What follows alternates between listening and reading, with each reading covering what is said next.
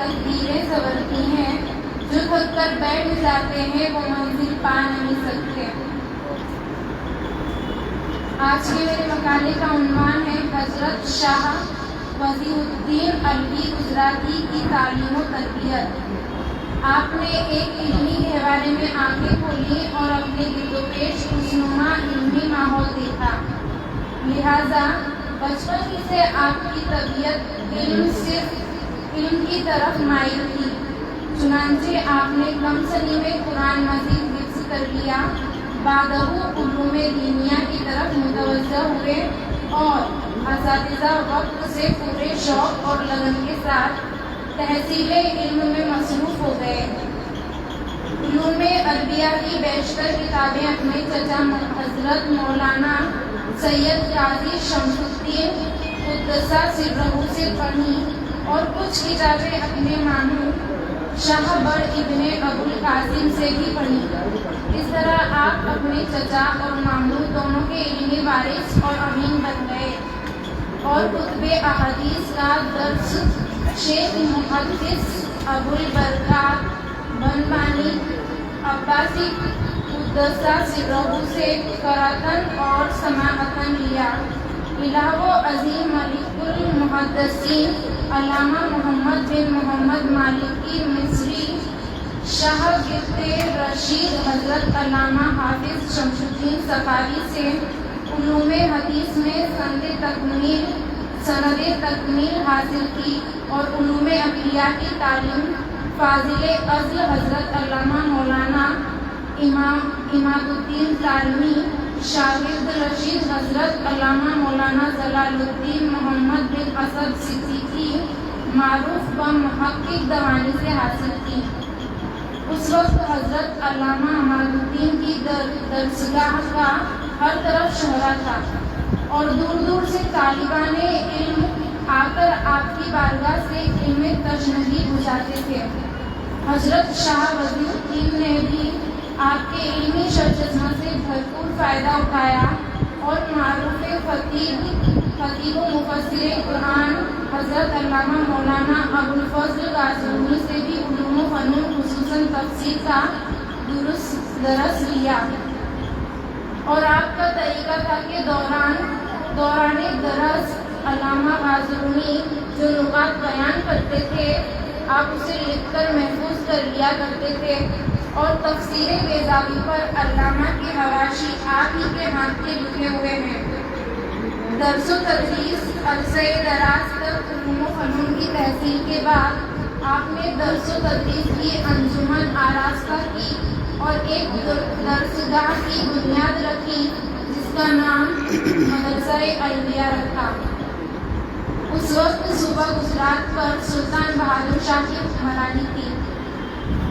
آپ انتہائی جانفشانی سے طالبان علم نبوت کو درس دینے لگے اور آپ کے علم و فضل اور خداوند قابلیت واسطات کا ظہر خود بخود نمایاں ہونے لگا اور مدرسہ دن بدن ترقی کرنے لگا۔ مدرسہ کا نظم و نسق نہایت عمدہ تھا۔ تعلیم کے ساتھ آپ طلبہ کے اخلاقی، دینی اور روحانی تربیت فرماتے، جن میں تفسیر، حدیث، فقہ، اصول، منطق، فلسفہ، غرض کے جملہ، علوم نقلیہ و عقلیہ کی تعلیم ہوتی، اور رات میں جب آپ اذکار و اوراد سے فارغ ہوتے تو طلبہ کی نگرانی فرماتے، ان کے احوال اور ضروریات معلوم کرتے اور روحانی حقائق و دقائق کو دل نشین اسلوب میں بیان کرتے۔ اس طرح سے تلامذہ علمی کمالات کے ساتھ حسن عمل اور حسن اخلاق سے بھی آراستہ ہوتے، اور جس طرح آپ کے علمی فیضان سے مالا مال ہوتے اسی طرح روحانی انوار سے بھی مستفیض ہوتے۔ ان تمام خوبیوں کے باعث ہر طرف آپ کی درسگاہ کا شہرا ہو گیا، اور دور دراز سے بے شمار تشنگان علوم اور طالبان علم نبوت آ کر آپ کی درسگاہ فیض سے خوب فیض یاب اور سیریاب ہوئے، اور علم و فضل کے آفتاب و مہتاب بن کر نکلے، جن میں بہت سے اسی مدرسے میں درس دینے پر معمور ہو گئے، جن میں آپ کے فاضل فرزند گرامی بھی شامل تھے، اور بیشتر تلامذہ آپ کے علمی فیضان کو عام کرنے کے لیے اکناف عالم میں پہنچے اور ہند سے لے کر عرب تک کی سرزمین کو علوم و معارف نے انوار سے روشن کر دیا، اور 80 تلامذہ نے اپنے اپنے مقامات پر ادارے قائم کر کے زندگی درس و تدریس کے لیے وقف کر دی۔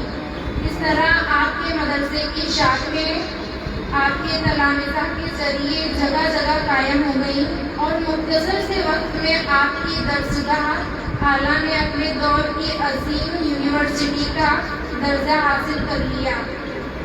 اس کی سند تمام علماء عصر کے نزدیک بہت معتبر اور مستند سمجھی جانے لگی۔ حکومت کی طرف سے مدرسہ کی تعمیر جدید کروائی گئی، طلباء کے رہائش و آشائش کا معقول انتظام کیا گیا، ان کے وظائف روزانہ مقرر کیے گئے، اور ایک طبیب بھی علاج و معالجہ کے لیے رکھا گیا۔ تبحر علمی اور نبوی عطا و نوازش حضرت شاہ وزیر الدین علوی کے بھتیجے سید شاہ قاسم علوی کے ملفوظات مقصود المراد میں ہے کہ 22 سال کی عمر میں 120 علوم فنون حاصل ہو چکے تھے۔ عبدالقادر بدایونی رقم طراز ہیں، ہمیشہ دینی علوم کی درس و تدریس میں مشغول رہتے تھے۔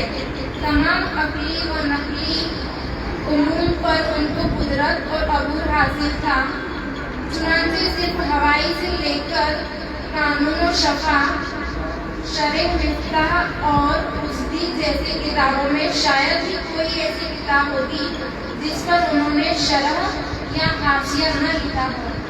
ایک مخلوق ان کے علمی افادہ سے فیض اٹھاتی تھی۔ شیخ عبدالقادر ادروس حضرمی لکھتے ہیں، وہ صاحب علم و زہد میں سے تھے، انہیں لوگوں میں بڑی مقبولیت اور ہر دل عزیزی حاصل تھی۔ طلباء نے آپ سے بہت سے فنون میں نفع اٹھایا اور اس کی بڑی شہرت ہے۔ خواجہ نظام الدین احمد بخشی رقم طراز ہیں، ہر وقت درس دیا کرتے تھے، علوم نقلی و عقلی سے خوب آگاہ تھے، عمدہ تصنیفات آپ کی ہیں، اور اکثر علمی کتابوں پر آپ نے شروح و حواشی لکھے ہیں۔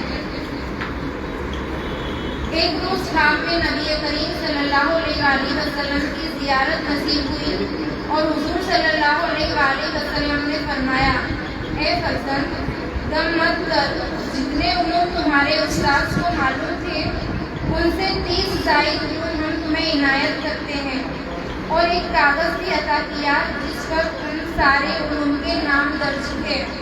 آپ فرماتے ہیں کہ جب میری آنکھ کھلی تو وہ کاغذ میرے ناک میں تھا۔ اس کے بعد ان علوم میں سے جس علم کی طرف میں متوجہ ہوتا تو ایسا معلوم ہوتا کہ برسوں سے اس کا علم کا درس لیا ہوں، اور اس کا کاغذ کو آپ بہت حفاظت سے رکھتے تھے، یہاں تک کہ ان تمام علوم پر آپ کو عبور حاصل ہو گیا تو وہ کاغذ گم ہو گیا۔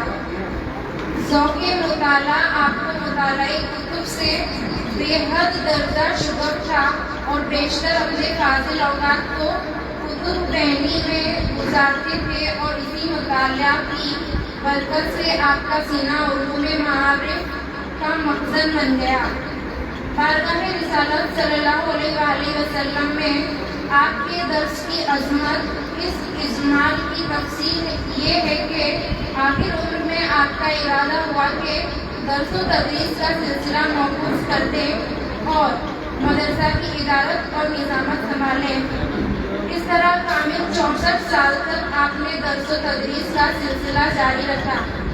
درس کی پابندی آپ کے درس کی یہ خصوصیات بھی قابل ذکر ہے کہ جب آپ نے درس دینا شروع کیا آخر عمر تک صرف 4 موقع ایسے پیش آئے کہ کچھ روز تک درس موقوف رہا، جس کی مثال تاریخ میں بہت کم ملے گی۔ زہد و تقویٰ آپ اپنے والد کی عظمت و جلالت شان کے باوجود ان کے یہاں کا کھانا نہیں کھاتے تھے اور خود ہی کسب معاش کر کے اپنا گزارا کرتے تھے۔ عرصہ تک کسی کو اس کی خبر نہ ہوئی۔ جب آپ کے والد گرامی کو یہ معلوم ہوا تو آپ سے اس کا سبب دریافت کیا۔ آپ نے جواب میں عرض کیا کہ چونکہ آپ منصبی قضا پر مطمئن ہیں، کہیں ایسا نہ ہو کہ آپ کے ملازم خرید و فروخت میں احتیاط نہ رکھتے ہوں۔ آپ کے والد نے فرمایا کہ اس منصب رفیع پر قائم ہونے کے باوجود میں اس کے حلال کے معاملے میں مکمل احتیاط رکھتا ہوں اور شبہات سے بھی دور رہتا ہوں۔ اس کی سب سے بڑی دلیل یہ ہے کہ اللہ تعالیٰ نے مجھے تم جیسا پرہیزگار اور تقویٰ شعار فرزند عطا کیا، لہذا تمہارا زہد و تقویٰ میرے تقویٰ و پرہیزگاری کی بیان دلیل اور واضح علامت ہے۔ میں اپنا مقالہ یہیں سے ختم کرتی ہوں۔ شکریہ۔